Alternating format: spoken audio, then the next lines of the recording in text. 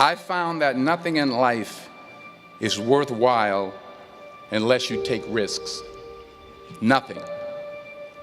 Nelson Mandela said, "There is no passion to be found playing small and settling for a life that's less than the one you're capable of living." Now, I'm sure in your experiences in school and applying to college and picking your major and deciding what you want to do with life, I'm sure people have told you to make sure you have something to fall back on. Make sure you got something to fall back on, honey. But I never understood that concept, having something to fall back on. If I'm going to fall, I don't want to fall back on anything except my faith. I want to fall forward. I figure at least this way I'll see what I'm going to hit. Fall forward. This is what I mean. Reggie Jackson struck out 2,600 times in his career, the most in the history of baseball. But you don't hear about the strikeouts. People remember the home runs. Thomas Edison conducted 1,000 failed experiments. Did you know that? I didn't know that. Because the 1,001st was the light bulb. Every failed experiment is one step closer to success. You've got to take risks, and I'm sure you've probably heard that before, but I want to talk to you about why that's so important. First, you will fail at some point in your life. Accept it. You will lose. You will embarrass yourself. You will suck at something. There's no doubt about it. I'm telling you, embrace it, because it's inevitable.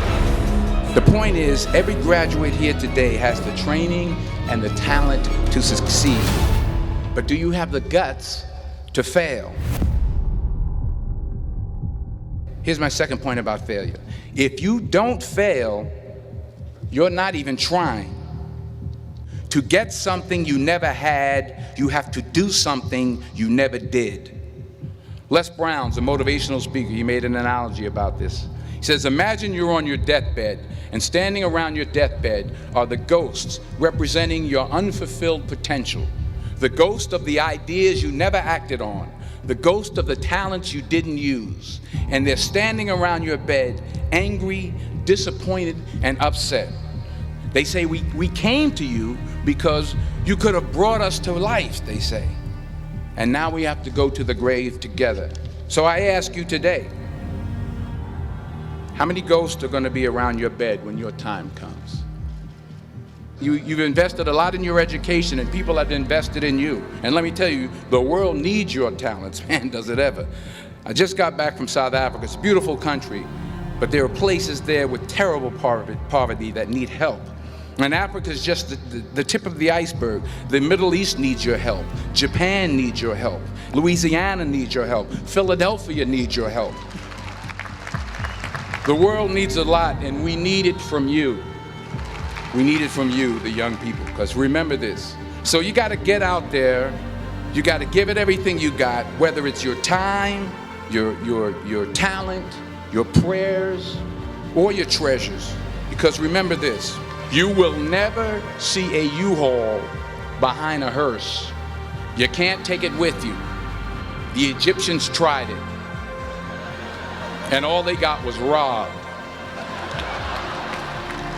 So the question is, what are you going to do with what you have? I'm not talking about how much you have. Some of you are business majors, some of you are theologians, nurses, sociologists, some of you have money.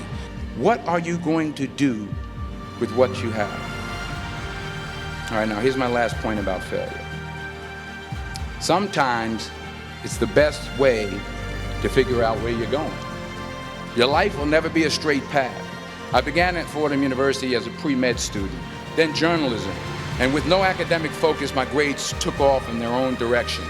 I was a 1.8 GPA one semester, and the university very politely suggested that it might be better to take some time off. I was 20 years old. I was at my lowest point.